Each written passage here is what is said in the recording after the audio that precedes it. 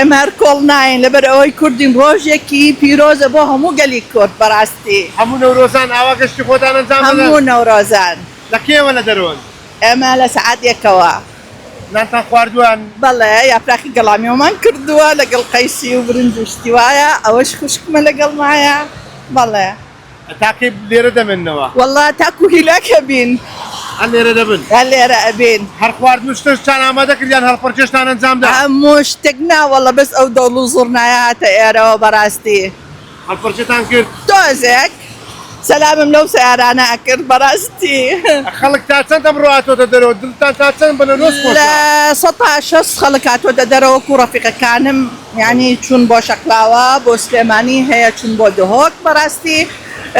ئێمە وەکو کورد ڕۆژی نەورۆز بۆ ئێمە ڕۆژێکی پیرۆزە ئەگەر باران بێ ئەگەر هەر شتێک بێتن هێنە دەرەوە بەڕاستی یعنی نەورۆزی خۆتان هەر ئەنجام دەدەن ئەرە وەڵا نەورۆزی خۆمان ئەنجامە